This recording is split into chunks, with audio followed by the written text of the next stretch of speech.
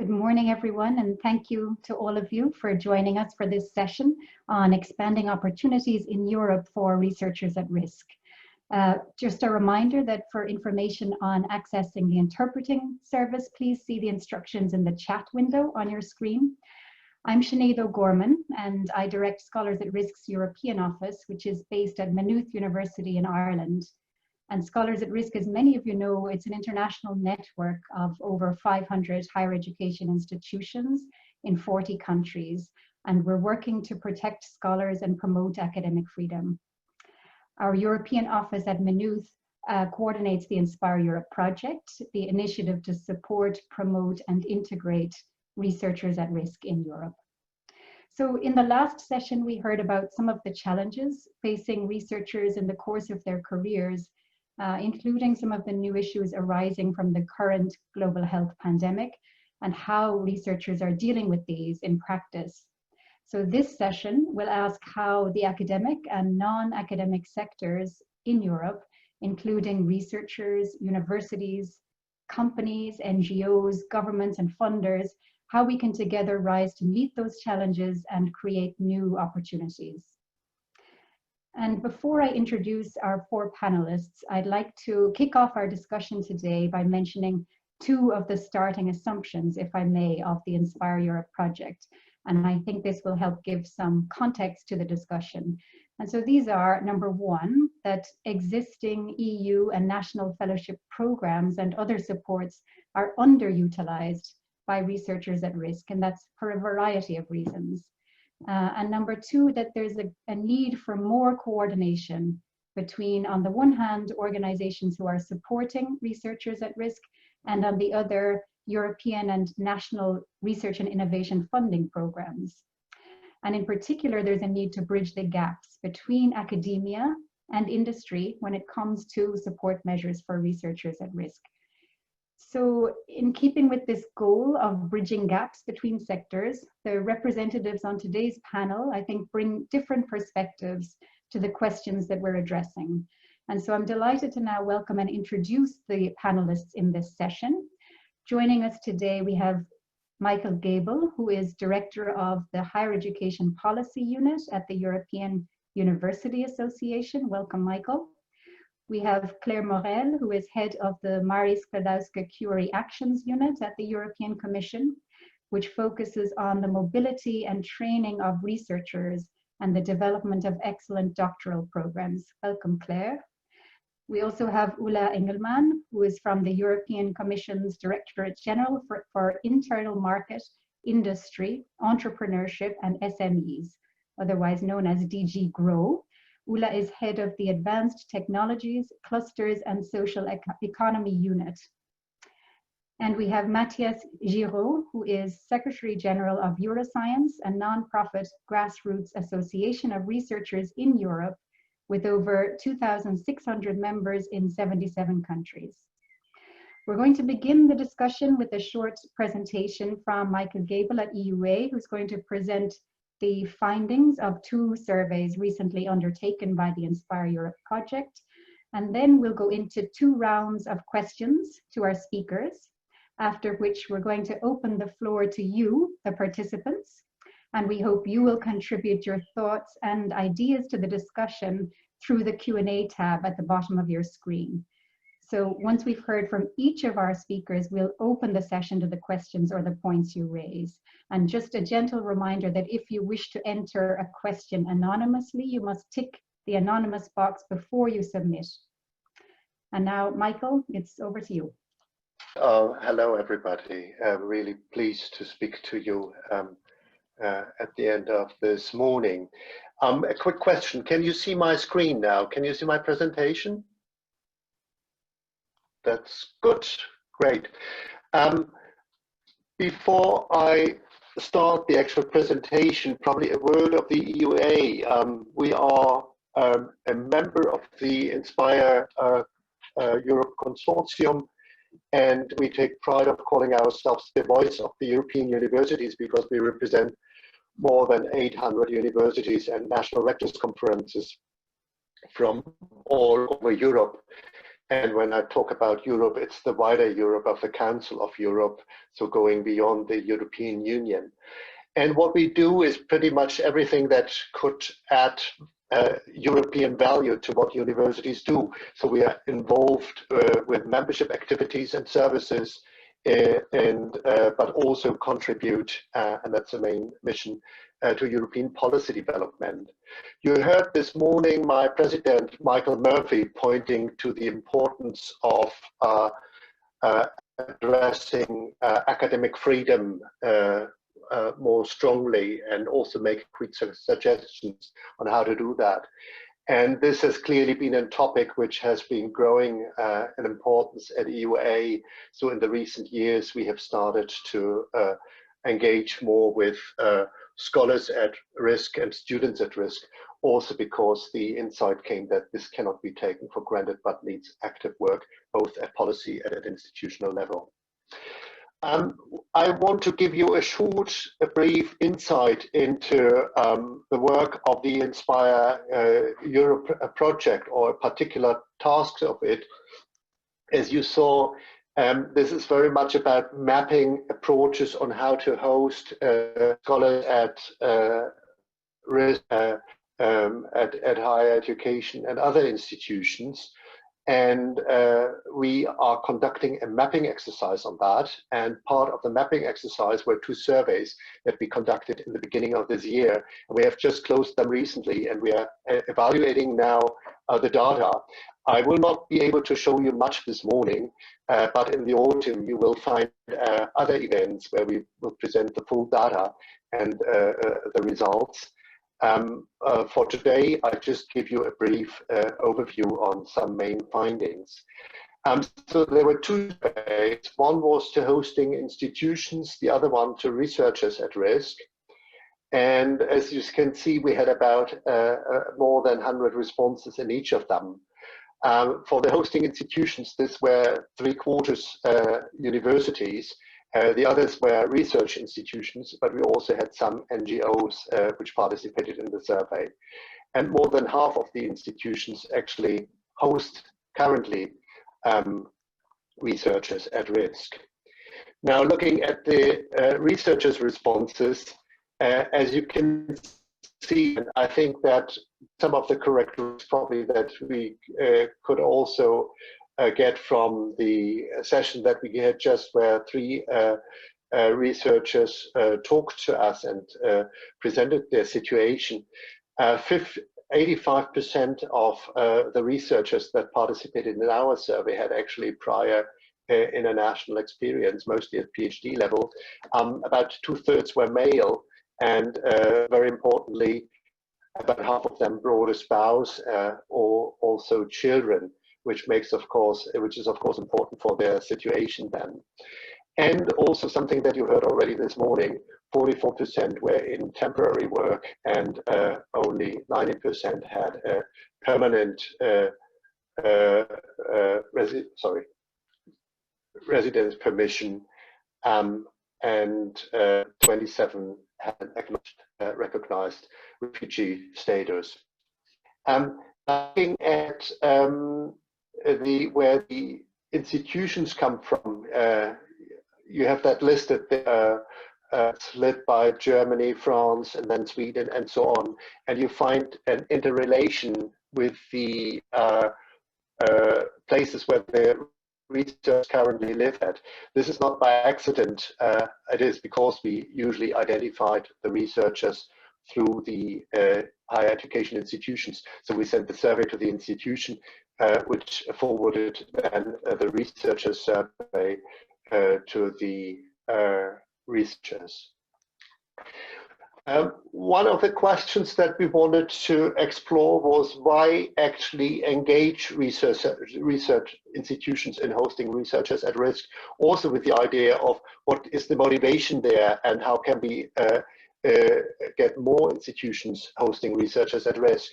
And here you can see in the graph on the left side what were the main motives. So it's the institution's social responsibility. This is close to 80%, which says that. It's based on explicit values of our institution. About 3/4 quarter of the respondents, it's part of the institution's diversity and inclusion strategy or something similar, which is what 50% of the respondents answered. And other motivations then were of less importance. So for example, the point that there is funding available is not really a motive for hosting researchers at risk, and neither is it plan of the recruitment strategy.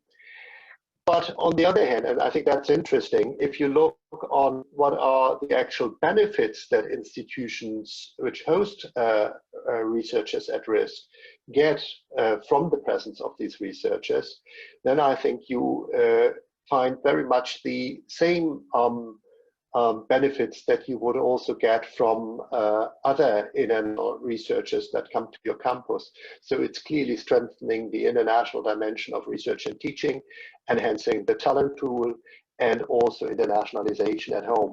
I think that's interesting because you can see the motivations might be different from that of hiring normally international researchers, but the benefits seem to be the same.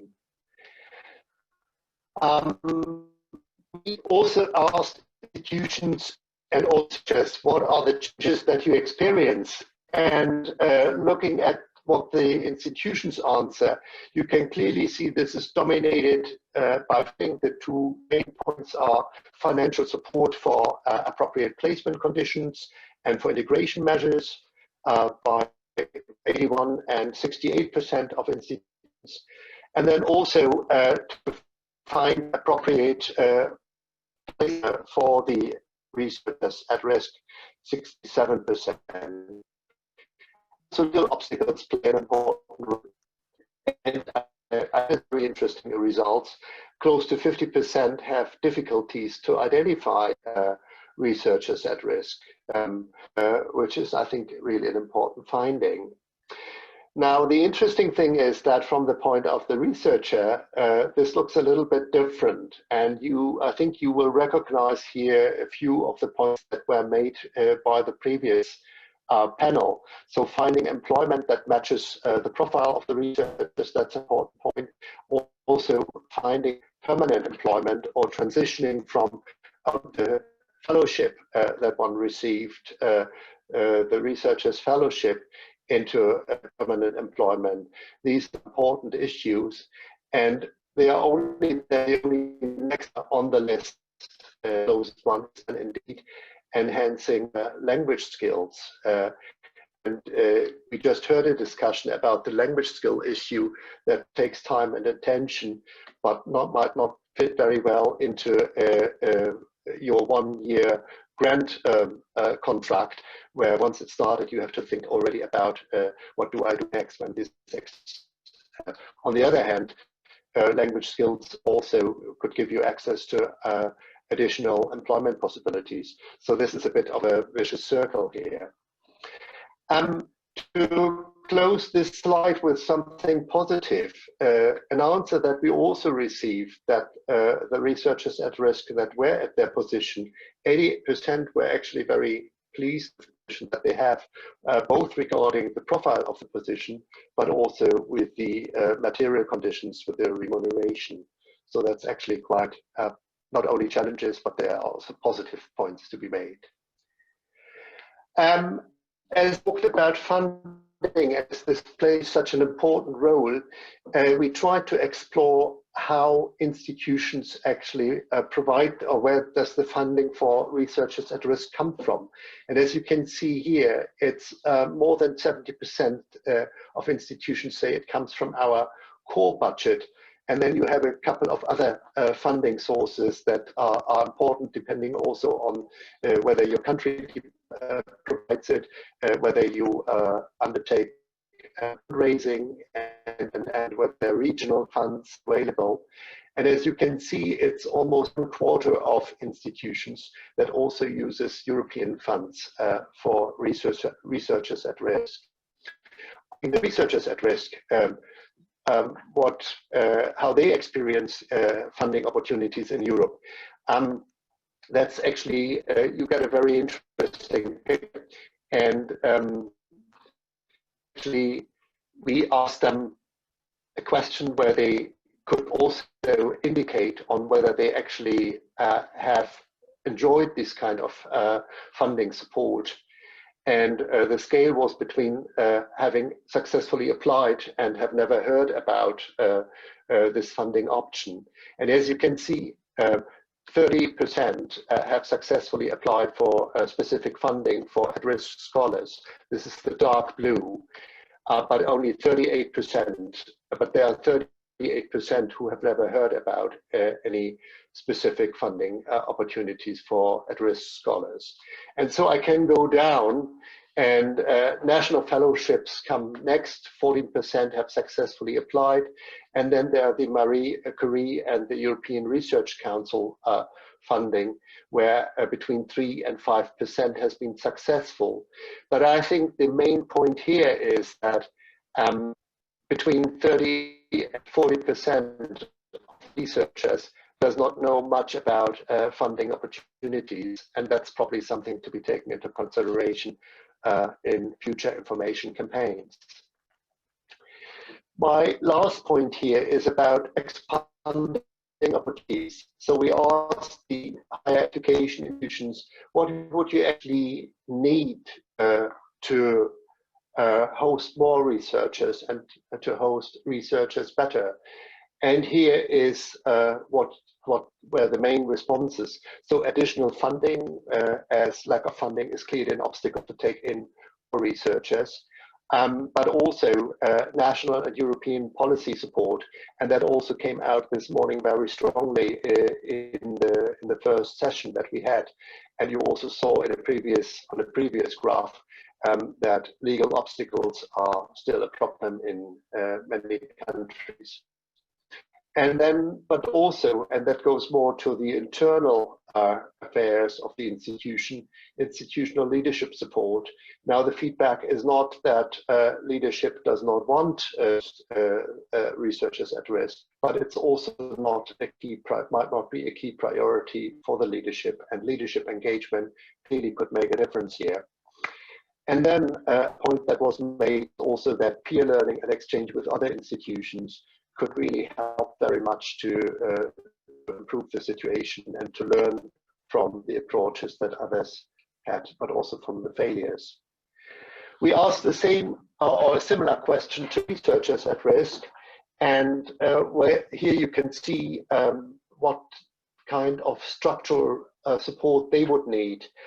Career guide, in particular regarding post-placement employment, better funding for placements, and also specific funding for PhD students, and then also legal support on visas, residence permits, and contracts. I think you recognize here a few points that were made by the colleagues in the previous panel. And I'm actually quite happy to see that all these issues are points that are taken up by the Inspireurope project, and where also in the afternoon you will learn a bit more about what we plan and what is already on. And yeah, closing here, not with a summary because we're just opening the discussion, but I thought you should get some more voices from researchers at risk. So here, Jones, the first is about the uncertainty of post-fellowship period that came out in our survey, but also in the previous panel. The second one is thanks for this particular project and the hope that this will help to change systems, but also the situation of individuals. And the last one is simply a testimonial that the support that European institutions and other supporters provide is very much appreciated. So thanks for your attention. Thank you very much, Michael, for that presentation. And of course, the panelists will have opportunities to react to some of the findings if they wish. But I would like to begin with just a first round of questions more broadly to our panelists, and beginning with Claire Morel, who is head of the Marie Skłodowska Curie unit at the European Commission. So Claire, there are many excellent European Commission funded projects that support refugee students and that support academics who are at risk or with a refugee background. And some examples are the Academic Refuge Project, the Sucre Project, Bridge, or In Here, or Unidiversity. And so many of these have resulted in a sharing of best practices, mentoring opportunities, publications, and more. So I wanted to invite you to open with some reflections on what is the impetus behind the support for such projects. Can you describe the overarching vision of the European Commission when it comes to support for researchers at risk? Okay, can you hear me? We can, thank you. Okay, thank you, Sinead. First of all, let me start by congratulating the Inspireurope team for organizing the first stakeholders forum, despite the very difficult circumstances. And of course, I wish you success for the continuation of the project, which, as you mentioned, is funded in the framework of the Marie Skłodowska-Curie actions. We have seen and we've heard that in many places across the world, researchers, scholars, and intellectuals need to leave their home country in order to freely do their research and express their views and their convictions. So we believe at the European Commission that excellence in research depends very much upon open scientific debate and is driven by a multiplicity of ideas, cultures, people, and perspective. So we believe also that allowing those researchers to come to Europe is an invaluable gain for Europe, but also a gain for the future of those countries from where these researchers come from. And from the testimonies that we have heard, I think just before this panel, I think this comes very clearly. So with this in mind, the European Commission is, as you mentioned, implementing several initiatives with varied focus and support methodologies ranging from policy guidance, peer support, financial support, the provision of tools and best practices, and this is especially done through the Erasmus Plus program. And from all the debates, discussion I heard this morning, this needs to be probably better promoted and highlighted. You will be surprised to hear that since 2014, in fact, the Erasmus Plus program has financed 2,300 projects fostering the integration of people with a migrant background, supporting the integration of vulnerable groups in all education and training sectors, including higher education.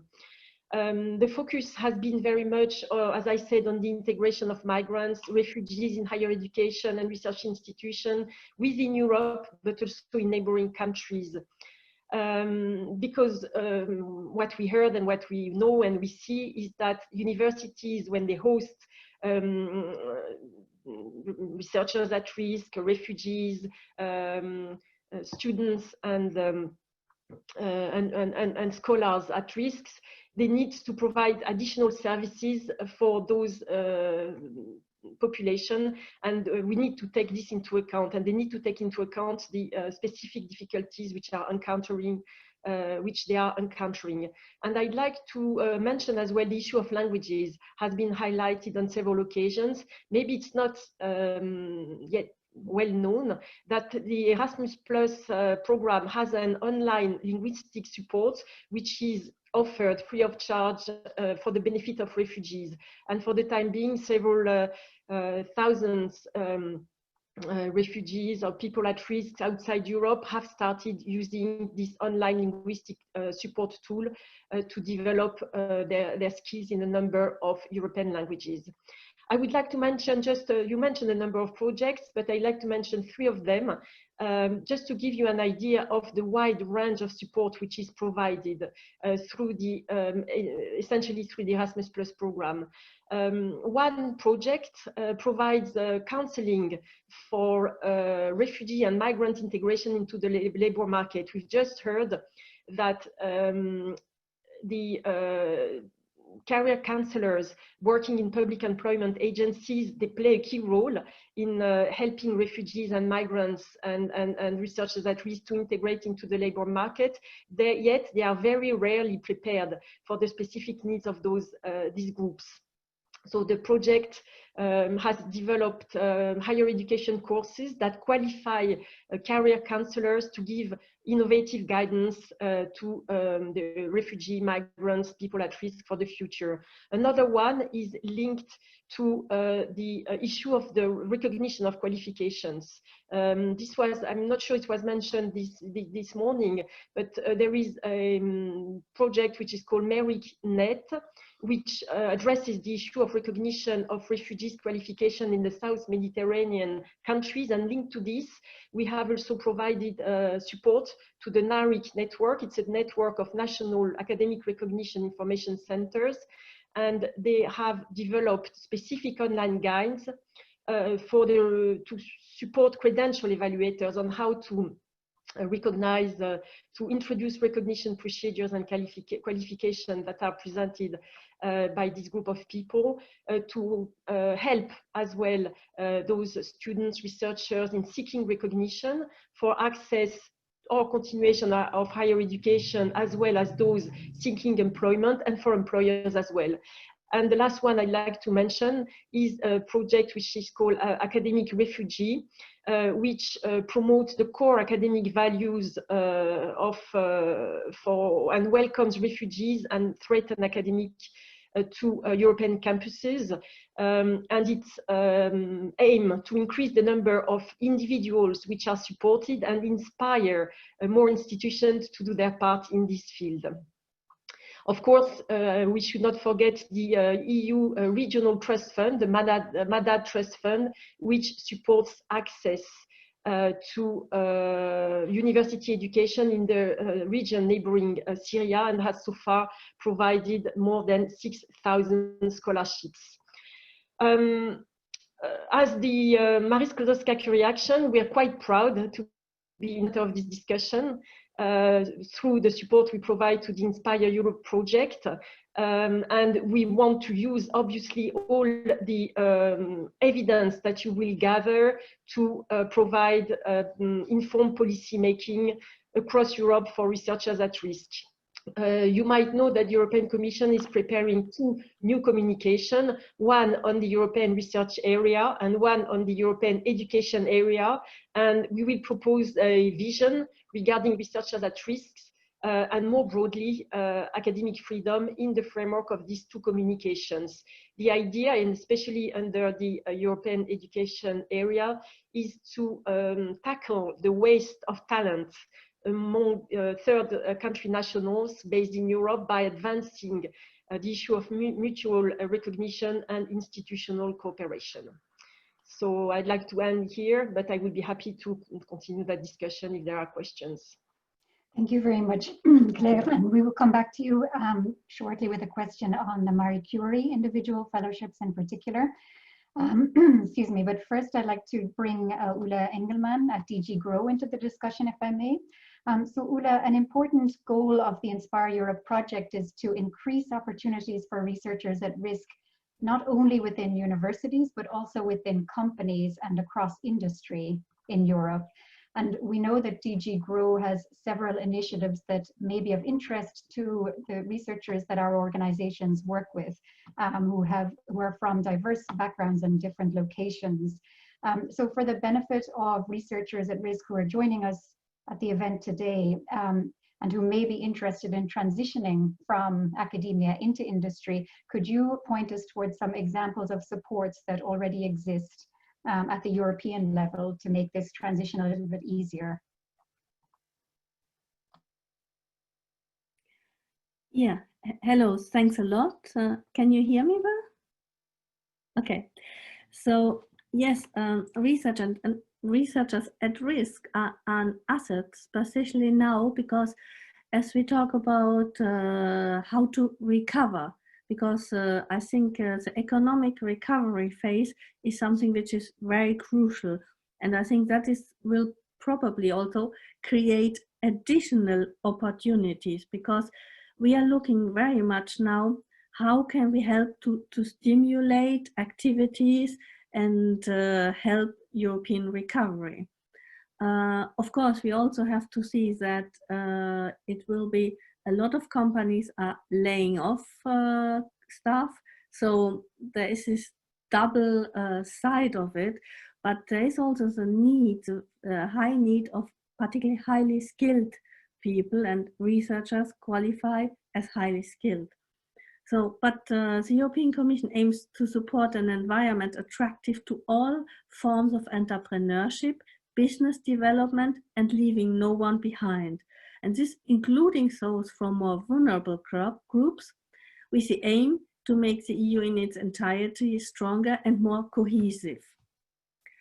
And within the EU, third country nationals, and that includes researchers at risk, represent an important pool of potential individuals that can bring a strong economic added value to our economy. But it was said, understood also with your discussions in the morning, that they face, also as other more vulnerable groups, special legal, cultural, and linguistic obstacles. And when we look at the situation of researchers at risk, we raises two kinds of issue. And the one is the possibility for them to be allowed to stay and reside in the EU, which refers to their legal status.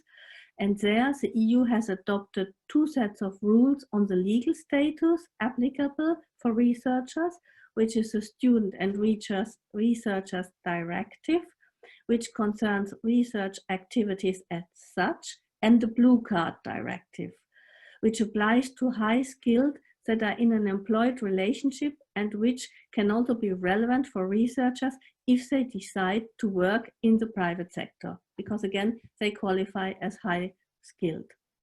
And the support that can be brought to them at EU level for their integration and to carry out research activity or choose the entrepreneurial path.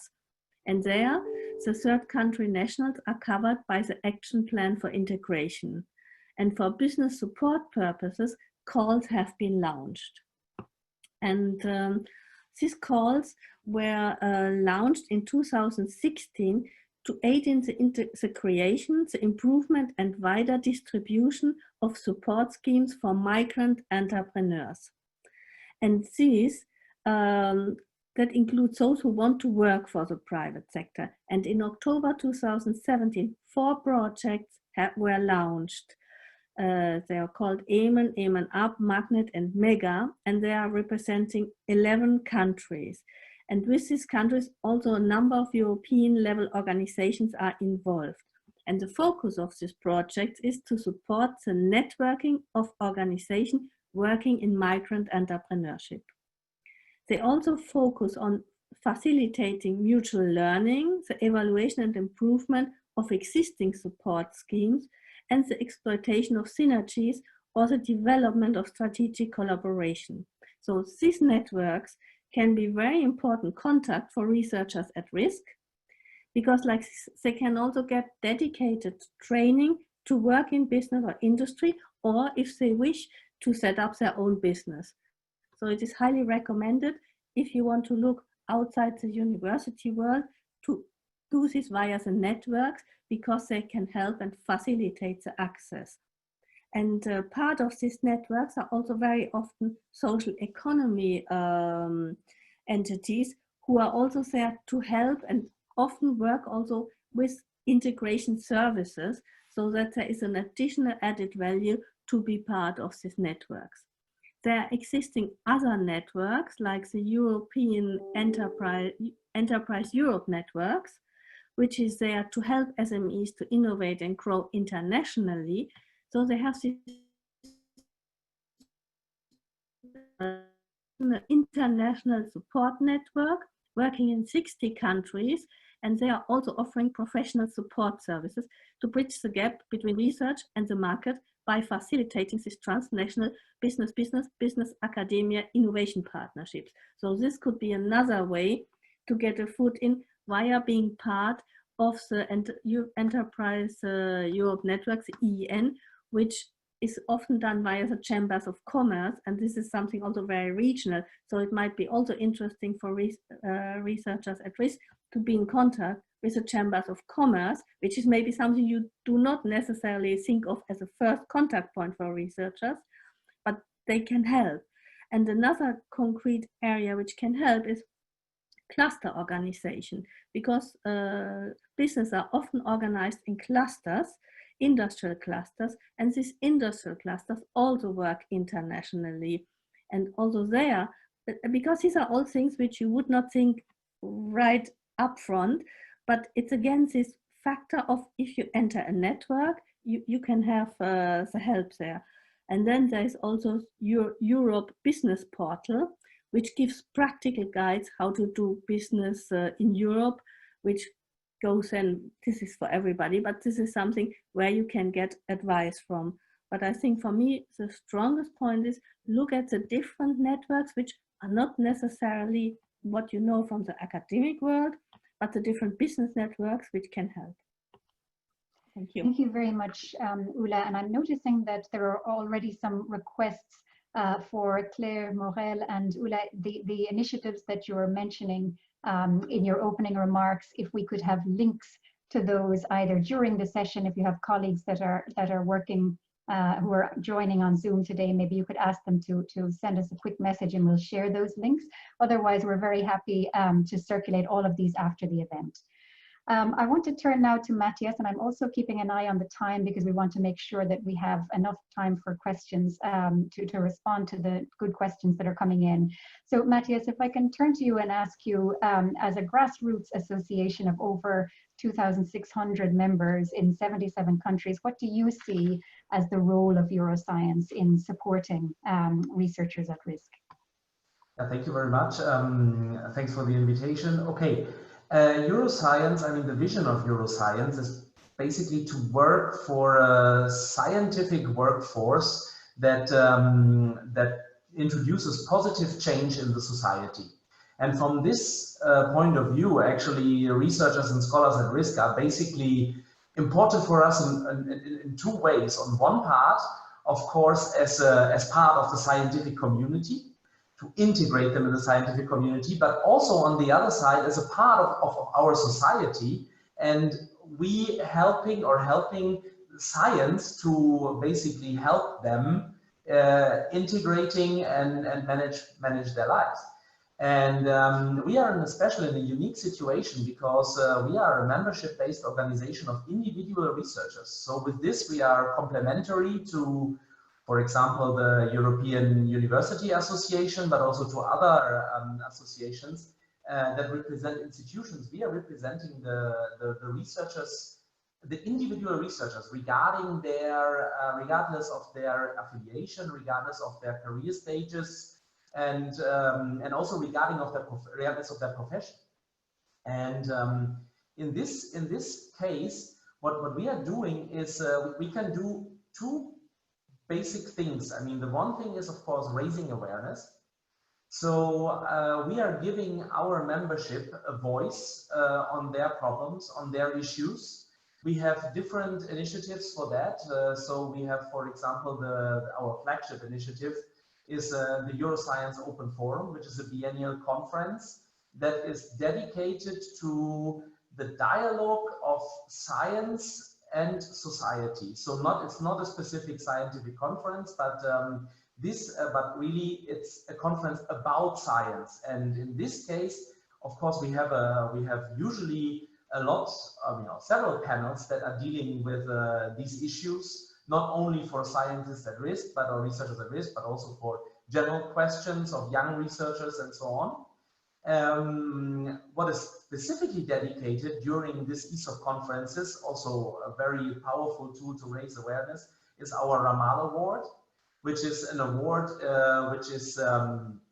which is given to researchers from the Southern Mediterranean that are working for exactly these issues. Researchers at risk, may it be due to whatever cases.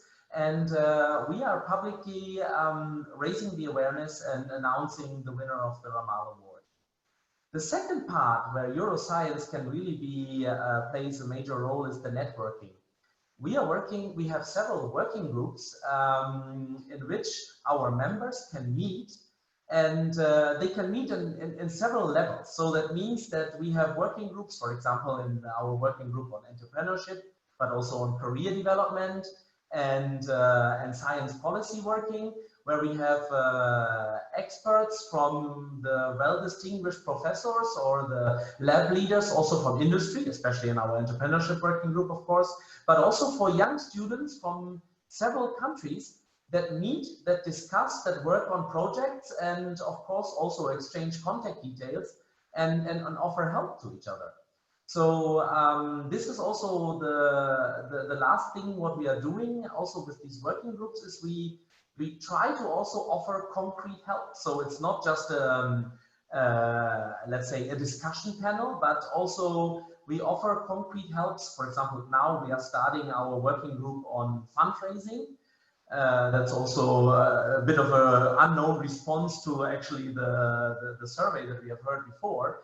And also, especially in entrepreneurship, we have very experienced people from industry, from technology transfer offices that help researchers how to get a foot in the entrepreneurial sector. And this is also can be very, very helpful for researchers at risk that can join those working groups. We are also defining Europe as the European University Association does, as Europe as the Council of Europe does, so exceeding the European Union. And as you mentioned, we have members from 77 countries. So we are not completely bound to Europe, but we have a lot of members from Africa, we have a lot of members from the US, also from South America. So these are basically our two main contributions that we can give. And yeah. Thank you very much, Matthias. And we're also very grateful to you and to Euroscience for your partnership on the Inspire Europe project, and also for raising attention to these issues in the upcoming open forum. So thank you to that. We'll come back further to you shortly. But first, I wanted to go back to the topic of the Marie Curie individual fellowship, since it is an area that I think many of the researchers on this webinar would be interested in. And Claire, if I can go back to the very beginning of this, where we discussed one of the starting assumptions of the Inspire Europe project being that European mechanisms such as the Marie Curie fellowships are, we think, underutilized by researchers at risk, and that a part of that, the reason for that, we assume, is a question of not only awareness of the instrument, but more importantly, accessibility of this highly prestigious fellowship program to a broader group of people. Could you maybe provide an insight into any efforts that might be underway to address the question of greater accessibility to EU mechanisms for researchers at risk? Well, thank you for that question. It's not an easy one because, let's say, the Marie Skłodowska-Curie actions are focusing very much on the excellence aspects of a researcher's career, and they are part of a much bigger puzzle. So the MSCA does not focus really on researchers at risk, but the program, as you said, tries to provide access to excellent researchers, those at risk, those not at risk, from all over the world. So in the past, we have tried to make the entry conditions a little bit more flexible to cater for scholars and refugees at risk. And we have encouraged very much as well organizations to involve refugee scientists. We might need to regularly repeat this message, because I think this was done when there was the peak of the crisis, but this is probably communication efforts that we need to do together with you. The MSCA can give indeed a new perspective, new horizon by supporting high quality training, mentoring standards, promoting attractive working conditions inside and outside academia. But as you said, I think the issue of greater accessibility of researchers at risks has not always been achieved. We saw, for example, an example that finding employment that matches academic and professional background is a very challenging issue. And the survey that Michael just presented to us shows that researchers at risk are not aware. They are not applying because they're not just aware of the funding opportunities which are offered through programs like Erasmus of MSCA. So I think we need really to improve our outreach efforts, and this is why we have a project like yours, which has at one of its core functions to liaise with relevant fora, networks, organizations that can help us reach out to relevant researchers. And we do this as well on our own, but it's more when we are contacted by such organizations. And last week, for example, we did participate in such an information webinar. We have as well the MSCA national contact points, whom we are regularly informing and asking them as well to be proactive. We have the SME and the broad network of information that my colleague from DG Grow has mentioned, Ulla Engelmann, and I think it's good now that we are linking, that maybe thanks to you, linking these opportunities to further build synergies with existing initiative in that field. I'd like to say that we will continue to fund the current Researchers at Risk project under the future MSCA program that will start with the new Horizon Europe program. We need to do, and we will build very much on all the evidence that you have developed under the current phase of the project. So your main task up until now has been to provide a European support structure, to provide us with informed policy making all across Europe. But we might now move to a further step in terms of accessibility, to reinforce as well our outreach efforts, and possibly to expand in new fields. So what I can say is that we've done, I think, and thanks to you as well, quite a lot of efforts in terms of outreach, in terms of reaching out to those who need information on the Erasmus+, on MSCA, and more broadly on other opportunities offered through the Horizon Europe and in the future, on the future Horizon Europe program. But we need to do much more. So this forum is an occasion to do it. But we need to reflect on how to do this more, and by providing as well hands-on support, because giving maybe probably only a very general information is not enough. So we need to tailor a little bit more our support. Thank you very much, Claire. And I think it would be reassuring also to the listeners to know that this is a priority within your office as well, to ensure that the word gets out through the Inspire Europe project and other vehicles. I'd also just want to mention that on the Inspire Europe website, there was a previous webinar under our resources tab that discusses very specifically the requirements around the Marie Curie fellowships. And just in response to a lot of the questions coming in with requests for links, please be assured that we will circulate these after. We don't have the list ready to send you right now, but we will circulate it after the event to all of those who registered. Very quickly, maybe in 1 minute each, and apologize for this, but Ulla and Matthias, if we can just address one more question each very quickly, and then we'll turn to the Q&A. So beginning with you, Ulla, you have already mentioned some of the challenges that present people who are looking for a transition between academia and industry. Are there particular supports available right now to those wishing to make that transition?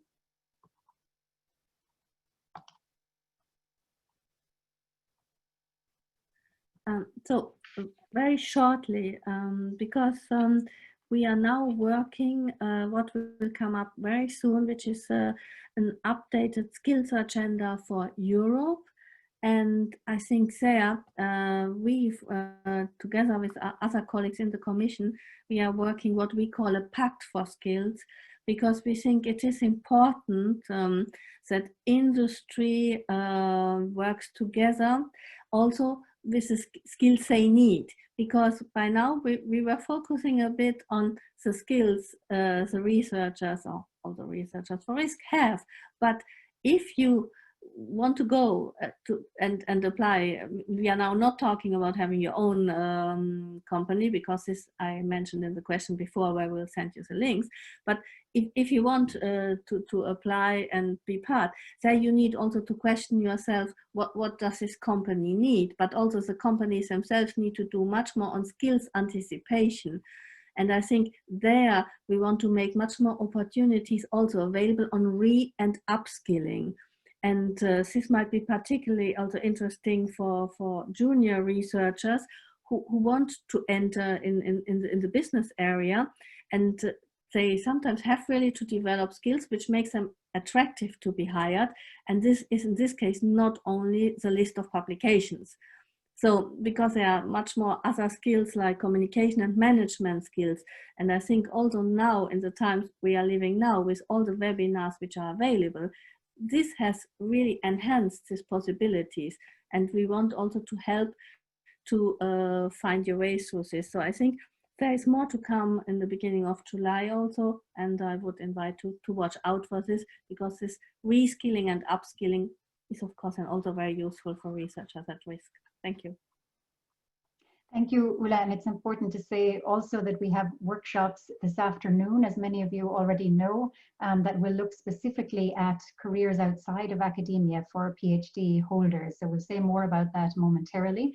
Matthias and Michael, I wanted to come back to the findings of the Inspireurope survey and maybe ask if Matthias, if you have any specific comments to make, or if you have come across additional challenges that Euroscience members are facing due to the current pandemic that might not be reflected in the earlier results of the survey. I mean, first of all, I found the survey very useful and very interesting, and it makes me very happy to see actually on the first question that most of the institutions, I mean 80% and more, are seeing it as their duty and values to actually support researchers at risk, which is also for our organization and its vision very interesting. I see as well it's a problem in the awareness of the funding, the awareness of these things. And as I mentioned before, what we want to do is we are working with our working groups on these things, and trying to maybe in 2021 also move towards trainings where our more experienced members or our experienced members are training, web trainings for our younger researchers, members or not. We have to define the details there. And I would also like to go to address my co-panelists Claire and Ulla, that DG Growth and also DG RTD is always welcome, and for example ESOF, and also via our homepages to make as much advertisement as possible for your project applications. And I mean, that's also one of the parts that we are for, and actually also the Commission has done that for a long time.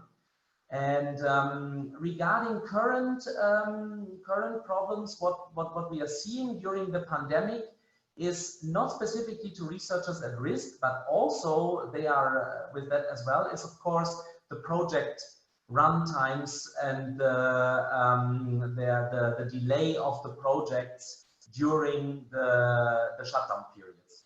A lot of field trips, a lot of lab works could not be done.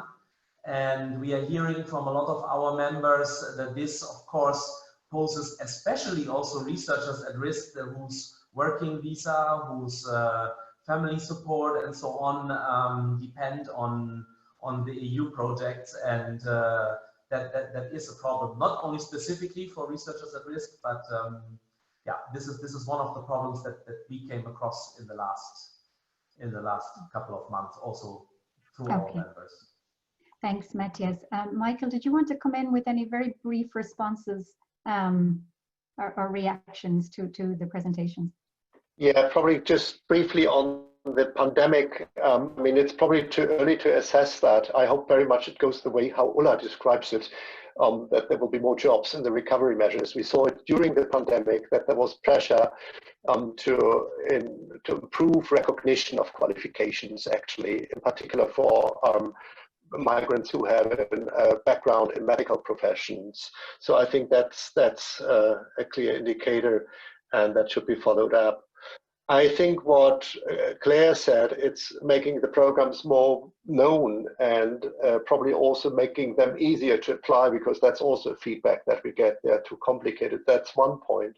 But I think the other one is also that landing in a higher education institution is not necessarily for all a permanent employment for the future. So the aspect that Ulla brought up of the labor market, the wider labor market, is really very important. And from focus groups, we know that academics are actually open to it, and many of them have worked outside of academia before. It might be also the environment of the institution that in a way prevents this immediate link then.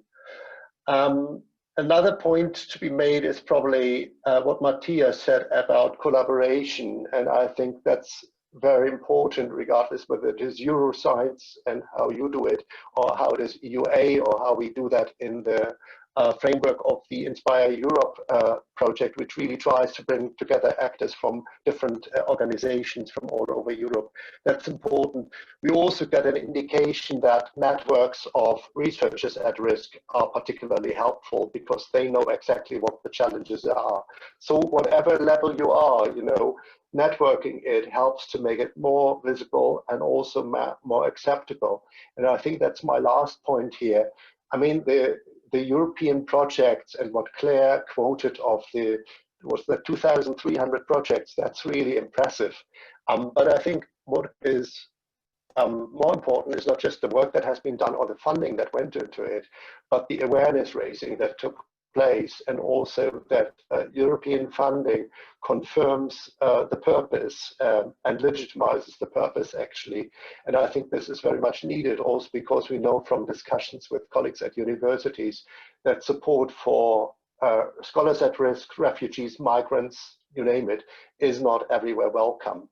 So in this regards, I think we are really looking forward towards the two communications that you mentioned. If they underline the importance of academic freedom and of welcoming researchers and at risk from all around the world, I think that's also important for Europe's reputation as a higher education and research area.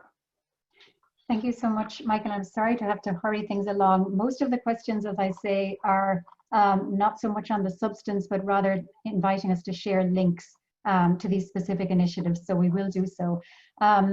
Claire, there is one question of substance here for you that asks, will the EU limit MSCA applications for individual fellowships based on research experience? And they say, if this is the case, many scholars at risk may not be able to apply. So this goes to the question of the evaluation of the track record, I assume. Yes, I'm not entirely sure I understand this question. I saw that there were two specific questions, and maybe I would invite participants to contact me directly so that we can follow up on these questions. The research experience, of course, especially for the individual fellowships, is important. Because I mean, we're talking of postdoc researchers, so of course we will look at the track record of those researchers, but the years outside research will not be counted. So it means that if researchers could not do their research for a number of months or years, this will not be counted. So this is the type of flexibility that I mentioned in my short introduction. I think there was another very specific one, but if I can follow up, I will. Mm-hmm. Thank you, Claire. Yes. And we're sending you all the links because there is a wealth of interesting projects that could be interesting for the audience. So we will send not only the links to the requested projects, but to many more that can be a source of inspiration to others. Thank you. There are a small number of questions that relate to the different immigration statuses that are covered under the survey and the Inspireurope project. So maybe I can just say in that regard that our definitions are quite broad. They're in keeping with the MSCA definition in the call for funding for researchers at risk. So it really includes all of these categories that people are mentioning: recognized researcher status, highly qualified researchers, those who are in the asylum seeking process, who are on temporary work permits. So we're really advocating on behalf of a broad group of researchers who can be defined as at risk. And so again, we can refer you back to that definition on our website, but it is quite broad. I'm very sorry, but I'm looking at the clock and realizing that we're going to have to wind up this panel. I want to thank our panelists so much for sharing your expertise with us here today. And I know that we'll be continuing this important conversation for the months to come. And given that now in the afternoon, we're actually moving into workshops and away from the plenary session, I wanted to also thank the over 400 participants who registered to attend the plenary sessions this morning. And we do hope that the event served to highlight some of the support in this area for at-risk researchers and to explore the ongoing challenges together. And not only that, but the resources that are available to help us meet the challenges.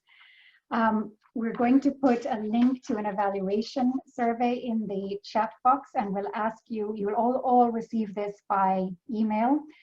We would ask you to complete this so that we can take your feedback into consideration for future fora. There will be one forum every year within the 3 years of the project.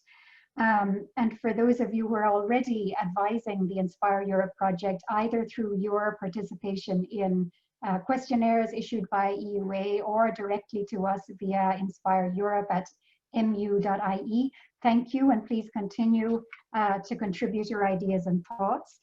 I wanted to thank also all of the Inspire Europe project partners who are working behind the scenes today, in particular the French National Pause program hosted by the Collège de France, and to my colleague at SAR Europe, Orla Duke, all of whom are really working very hard to bring the virtual event together. There's a slide on your screen that explains the program for this afternoon.